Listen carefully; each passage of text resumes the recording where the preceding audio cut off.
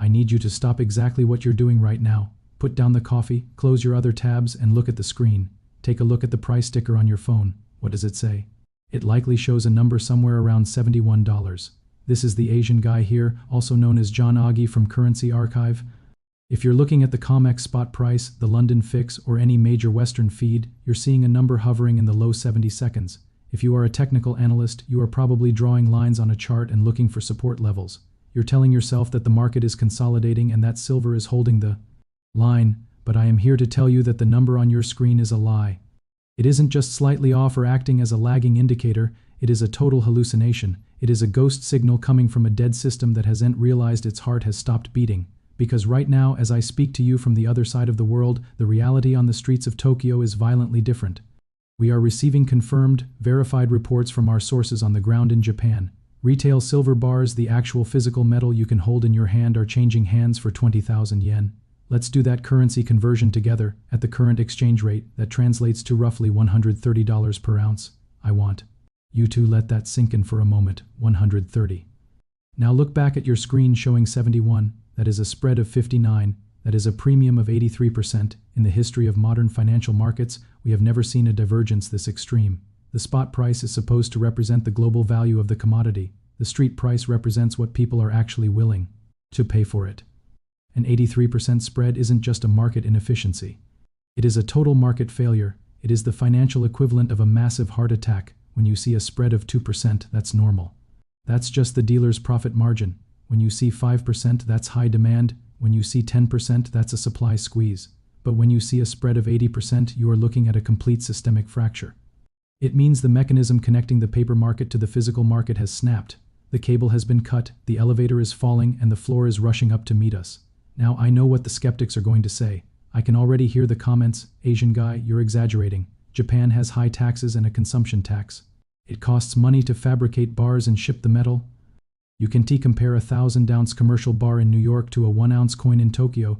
To those people I say, you are missing the point entirely. Yes, there is friction, there is VAT, and there are minting costs. But friction does not cost $59 an ounce. It doesn't cost $59 to stamp or ship a piece of silver across the Pacific. Even if you add up every tax, insurance fee, and minting cost, you might reach $10, maybe $15 if you're being generous. Where is that other $45 coming from? It is coming from pure panic. It is coming from absolute scarcity. It is coming from the fact that the Japanese yen is imploding. The Japanese people, historically some of the biggest savers in the world, are rushing for the exits. They are dumping their currency and moving into hard assets at any price. They don't care that the COMEX says 71. They know that if they try to buy at 71, there is no metal available. The spot price is the price of a contract that settles in cash. The street price is the price of survival, and right now the price of survival is $130. This divergence is definitive proof that arbitrage is dead. In a healthy market, the banks and the smart money act as the great equalizers. If silver is $71 in New York and $130 in Tokyo, a bank like JP Morgan or Goldman Sachs should be backing up the truck. They should be buying every ounce on the COMEX for 71 and draining the New York vaults dry. They should be chartering cargo planes, flying that metal to Tokyo and selling it for $130. Even with all the costs, they would make a risk-free profit of $30 or $40 an ounce. On 1 million ounces, that is $30 million of free money. Banks do not leave $30 million on the table. They would kill for that kind of return. So why aren't they doing it? Why is this gap sitting wide open day after day? Because they can't. The plumbing is clogged. The logistical chain connecting a 10-pound industrial bar in New York to the retail market in Asia is broken. There isn't enough refining capacity to melt down big bars into small bars fast enough. There aren't enough secure transport flights, and most importantly, the supply in New York is not as liquid as they pretend it is. If a bank tried to withdraw 10 million ounces from the COMEX today to ship to Japan, they would trigger a default. The exchange would stop them and force them to settle in cash. So the arbitrage trade is impossible. The banks are trapped in the paper world and retail buyers are trapped in the physical world. The bridge between them has burned down. This is what we call bifurcation. It is the splitting of the world into two distinct realities. In reality A, the paper world, silver is cheap and abundant. You can trade it with the click of a mouse, even if the charts look ugly. In reality B, the physical world, silver is rare and disappearing. You have to wait 6 weeks for delivery and pay massive premiums. You have to decide which reality you live in. If you're a paper trader, you're in reality A, wondering why you aren't rich yet. If you're a stacker, you're in reality B, holding an asset trading at double the market rate. History tells us one thing: reality B always wins in the end. The paper market can suppress the price for a long time, but it cannot hide a physical shortage forever. Eventually, the paper price always chases the physical price. New York will have to rise to meet Tokyo. We have to be careful with this narrative, though. It's easy to look at this 80% spread and scream that the banks are dead. It's easy to say JP Morgan is insolvent because they re-short at 71 while the real price is 130. I see the YouTube thumbnails and the Twitter threads shouting bankrupt and implosion. I'm here to tell you it's not that simple. Yes, the banks are hurting and bleeding, but they aren't going to vanish overnight. If you think a bank with 1.5 trillion in Tier 1 capital will collapse over a few billion in silver losses, you are underestimating your enemy. To understand how this squeeze plays out, we have to look at their balance sheets and the death myth. A wounded animal is the most dangerous thing in the forest. Let's look at the math of their survival. If you open the latest Commitments of Traders report, you'll see a number that looks like a death sentence. The commercials, the bullion banks are currently holding a net short position of roughly 40,000 contracts. One contract is 5,000 ounces, that equals 200 million ounces of silver. That is the size of the bet. They are betting the price stays stable or goes down, but the price is ripping. If silver moves from $71 to $100, that's a $30 move. Multiply that by 200 million ounces and you get $6 billion in mark-to-market losses. In the real world, if a hedge fund lost $6 billion overnight, they'd be liquidated and the CEO would be in front of Congress.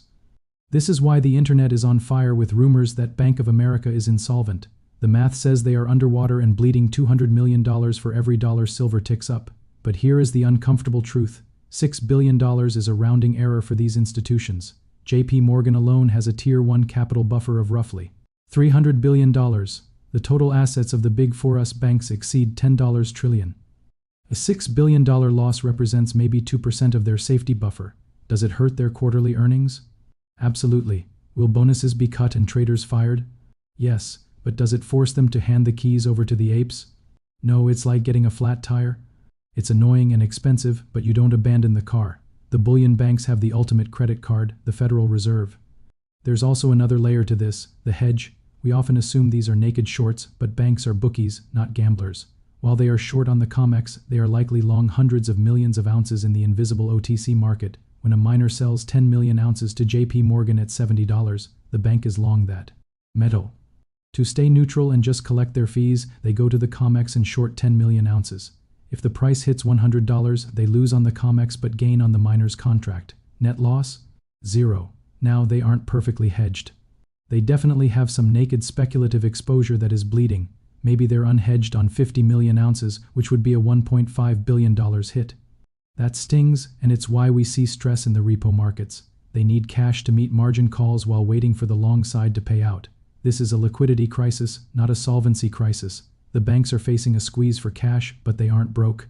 This distinction is critical for your strategy. If you bet on them going bankrupt tomorrow, you'll make reckless moves, like buying options that expire next week.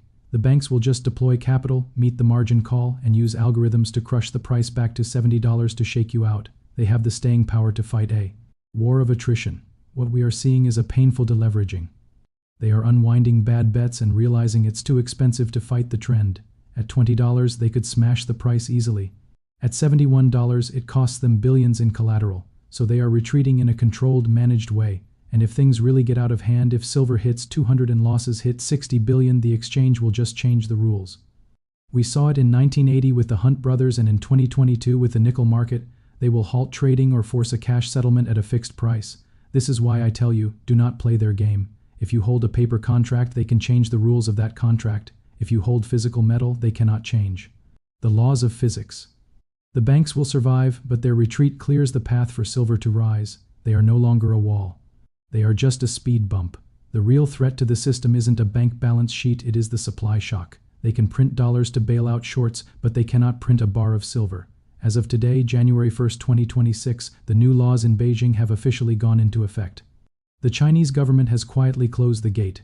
While we were watching New York, the real arsonist was lighting a match in Beijing. China is the largest producer and consumer of refined silver, and they've just erected a regulatory wall. The media calls it export licensing, but that's just code for a soft ban. Only state-owned mega refiners can export now. Private refineries and recyclers are cut off and forced to sell domestically, and those mega refiners won't export because their mandate is now strategic security, not profit. They need to ensure the Chinese solar and EV industries have first dibs. China is running a massive internal deficit of 2,500 tons of silver a year.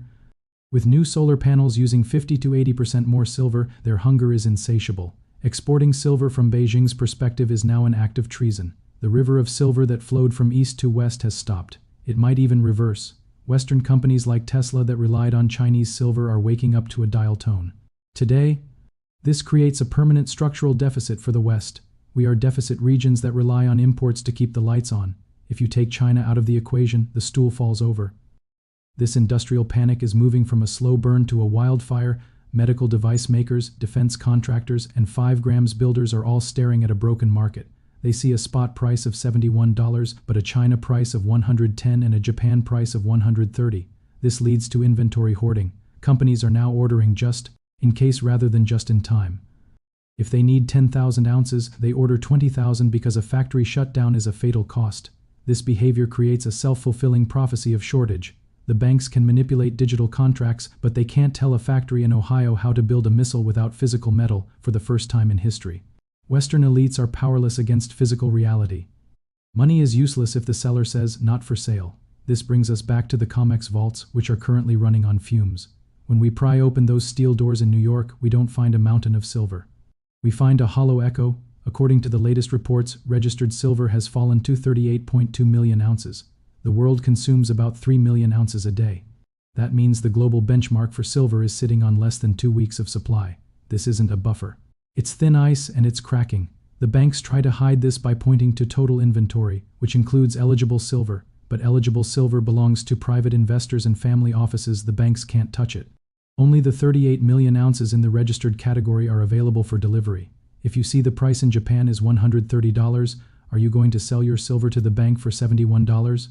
Of course not. So the eligible pile is frozen. This is Gresham's law in action. Artificially low prices are draining the physical supply. The COMEX is essentially a store selling iPhones for $500 when they are worth $1,000 everywhere else. Smart money is looting the vault legally by standing for delivery, and the refill mechanism is broken because China is closed and miners are bypassing New York to sell to the east. It's a bathtub with the drain open and the faucet turned off. When that number hits 0, the exchange will likely suspend delivery and force a cash settlement at 71. That is the moment of default. While you're holding your $71 in cash, the real price will be gapping to $150. You will be priced out forever. This is why 38 million ounces is the countdown clock. But don't expect a straight line to $100. The path will be a dirty, volatile war of attrition designed to strip you of your position. The banks still control the speed of the market and the algorithms. They will use volatility to engineer flash crashes and trigger your stop losses. They will hike margin requirements to price out the little guy. They want to gentrify the bull market and clear the room so they can enjoy the ride up without you. It will be a stair-step repricing, a grind to $80, then months of boring sideways movement. They want to exhaust you psychologically so you sell and go buy Bitcoin instead. But the math is undeniable. We need a price high enough to destroy demand and encourage recycling. $71 won't do it. $150 might. The destination is locked. The only variable is the path. So what is the battle plan? First, ignore the paper volatility. Don't look at the spot price as your wealth. Look at your ounce count. Second, buy the dips in the physical market. When they smash the price to $68, use their manipulation to lower your cost basis. Third, watch the registered inventory. When it drops below 30 million, you know we are in the end game. Stop playing their game and take physical possession. The premium you pay is the price of freedom from a failing banking system. We are watching the end of a 40-year suppression cycle. The banks are on the wrong side of history, and the laws of physics are about to crush the laws of finance. The destination is $100 and beyond. Will you be holding a bag of paper promises or the heavy reality of true wealth? The window is open, but it is closing fast. Don't buy the hype. Buy the metal. I'll see you on the other side.